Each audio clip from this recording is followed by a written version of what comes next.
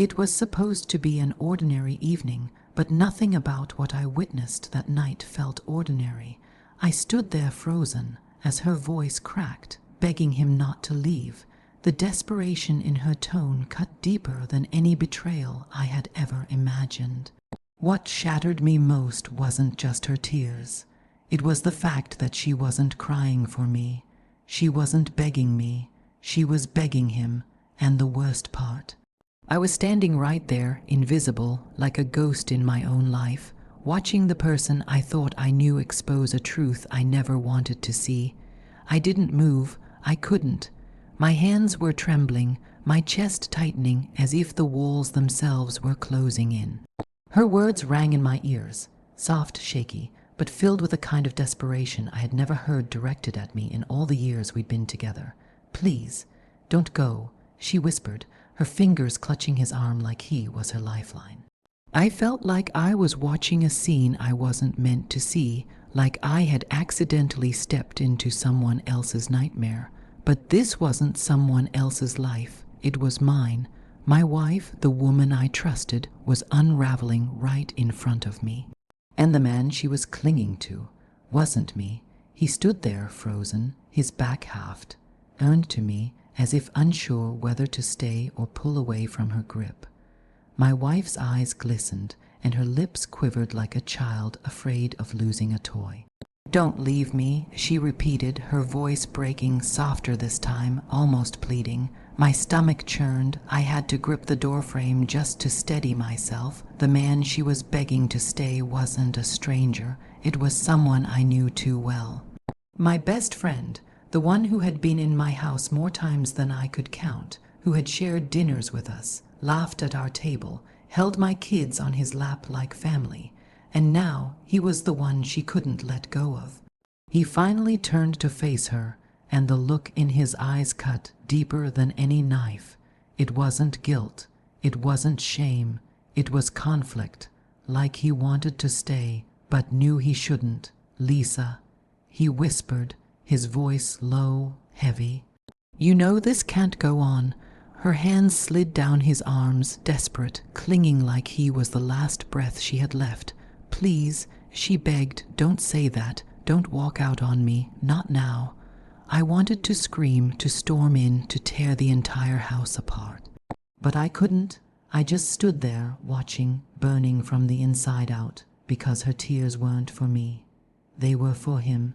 She stepped closer, her voice breaking as she whispered, "You don't understand. I can't lose you, not after everything."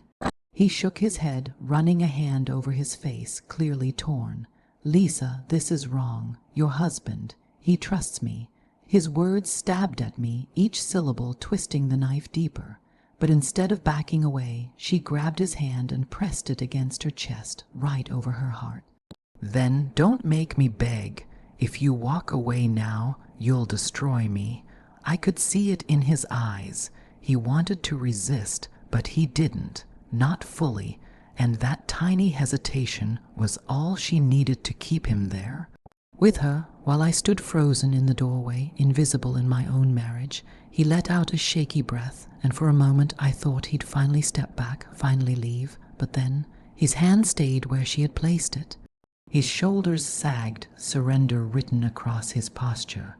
She looked up at him with tear-filled eyes, but there was something else there too. Aspiration, hunger, a reckless defiance. And before he could say another word, she rose on her toes and pressed her lips to his. It wasn't gentle, it wasn't hesitant, it was raw, forceful, and filled with the kind of need that left no room for second thoughts. I gripped the doorframe so tightly my knuckles burned. The world seemed to tilt. This wasn't just a stolen glance or an emotional slip. This was betrayal unfolding right before me, and I couldn't decide if I should scream, storm in, or collapse where I stood. The sound of their kiss was like a knife tearing through my chest. I couldn't look away, even though every fiber of me screamed to run. Her fingers slid into his hair, tugging him closer, pulling him deeper into something that should never have happened. He didn't resist. Not once. His hand moved to her waist, and I saw him draw her in, answering her with the same hunger she had just unleashed. It was no accident, no fleeting mistake. It was deliberate, mutual, dangerous. My stomach turned, my vision blurred, and yet I stood frozen. The woman I thought I knew, the one who had whispered promises of love and loyalty, was giving herself to someone else, right in front of me. And the worst part, neither of them knew I was there, watching everything unravel. I wanted to scream, to throw something, to rip them apart with my bare hands, but my voice caught in my throat, strangled by disbelief. My fists clenched so tight, my nails dug into my palms, but still, I couldn't move. I felt invisible, like I wasn't even in the same world as them. My wife's soft moans, his eager breaths.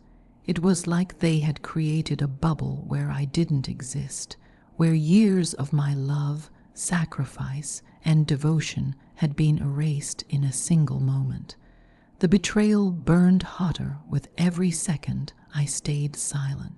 I thought of all the nights I had held her, all the times I'd trusted her without question, all the plans we had for the future, and now here she was, tearing it all apart without hesitation. Inside me, the anger began to shift. It wasn't just rage.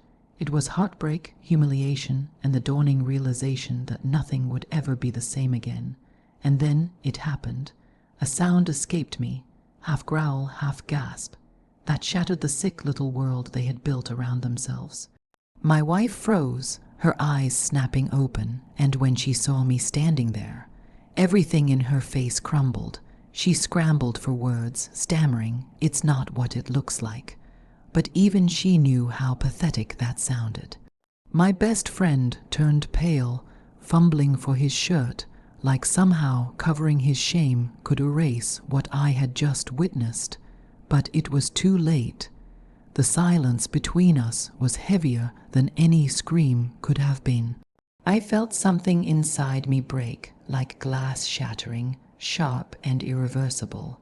When I finally spoke, my voice didn't sound like mine anymore. It was low, trembling, but cutting enough to slice through both of them. "Don't you dare beg me to believe a single word." My wife stood there trembling, her lips parting like she wanted to explain, but nothing came out that could undo the image seared into my mind. "I love you. I swear I love you," she whispered, her voice cracking, but her eyes betrayed her, wide with guilt, darting to him as though searching for reassurance. And that look, that flicker, told me everything. Love wasn't enough for her. Respect wasn't enough. Loyalty had been tossed aside the moment she let him cross that line. I turned to my so-called best friend, and the shame on his face was almost worse than her tears. He tried to speak, to apologize, but I cut him off with a raised hand. "You were supposed to be my brother. The one person I trusted when I couldn't trust anyone else. And you looked me in the eyes, shared meals with me, laughed with me, while waiting for a chance to stab me in the back."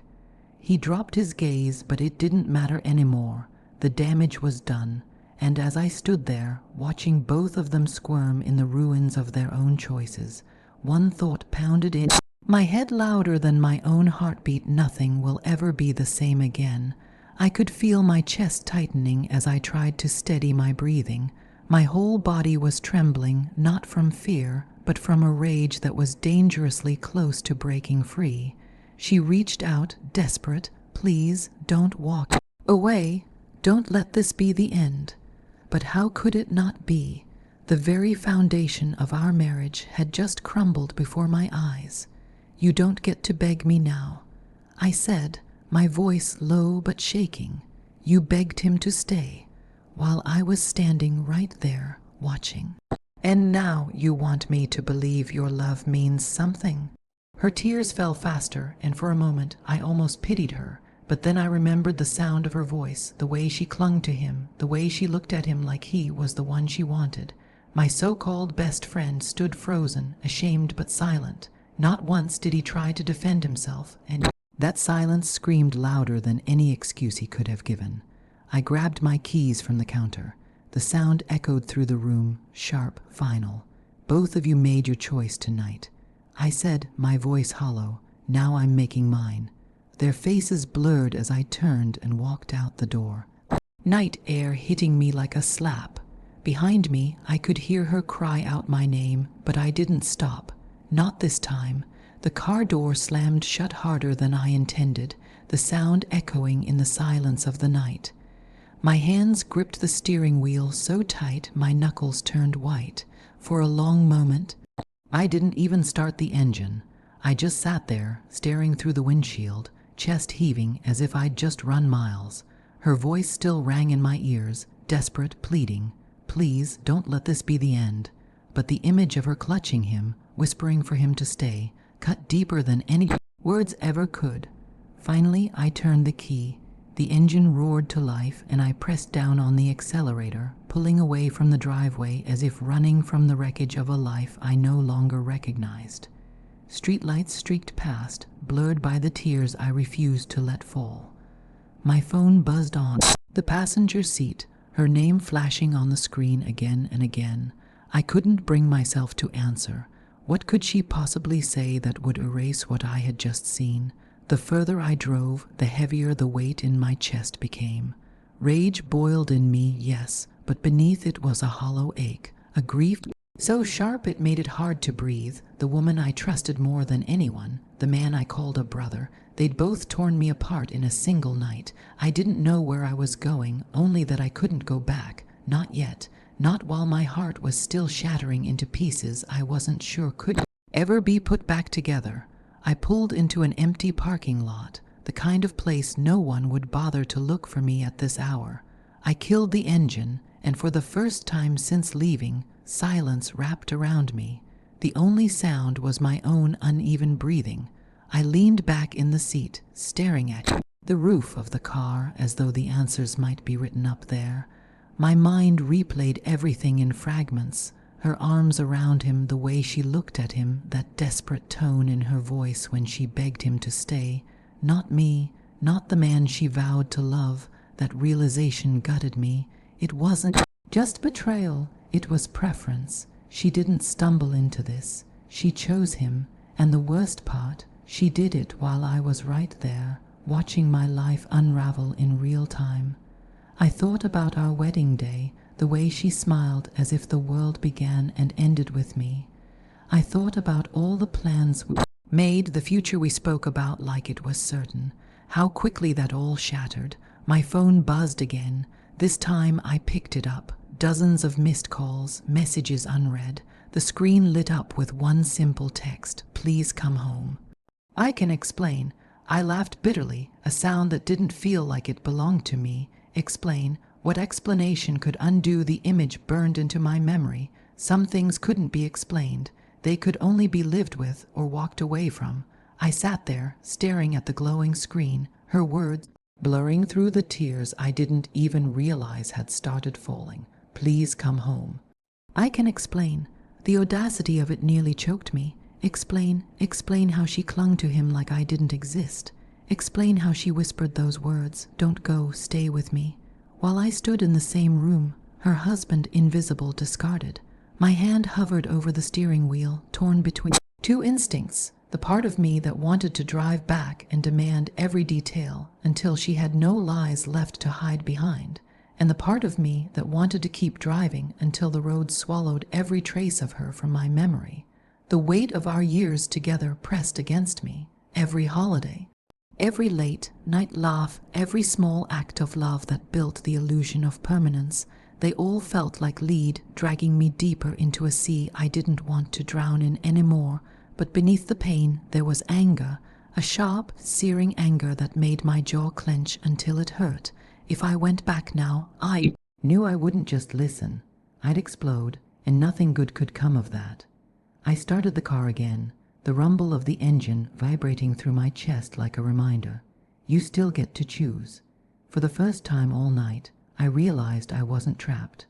I had power, even if it came wrapped in Heartbreak, so I sat at that crossroads, staring into the darkness, asking myself the question that would decide everything.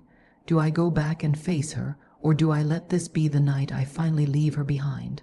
I gripped the steering wheel tighter, my knuckles turning white under the dim streetlights. The thought of turning back gnawed at me, her voice, her pleading texts, the broken promises that still clung to my heart like a parasite.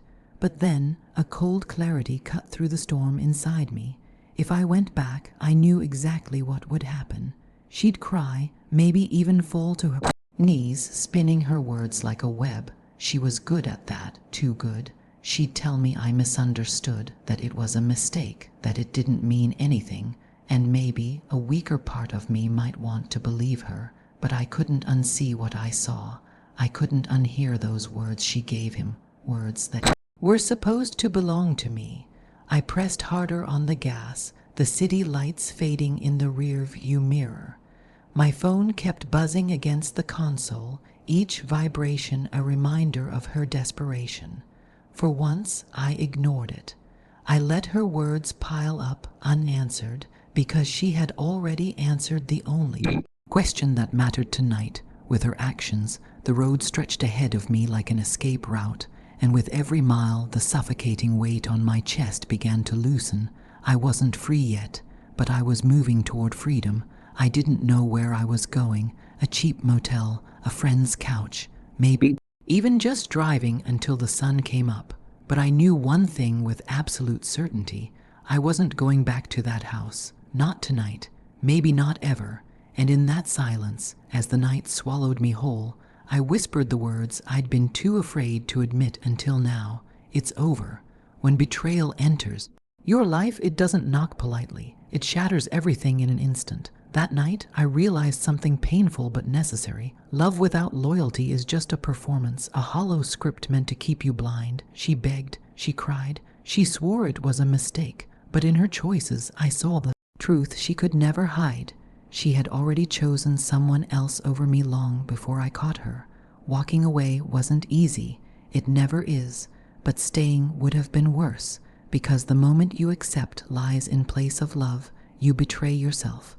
And that's a wound far deeper than anything someone else can inflict. So I left with nothing but my pride, my broken heart, and one unshakable lesson. When someone shows you who they truly are, believe them.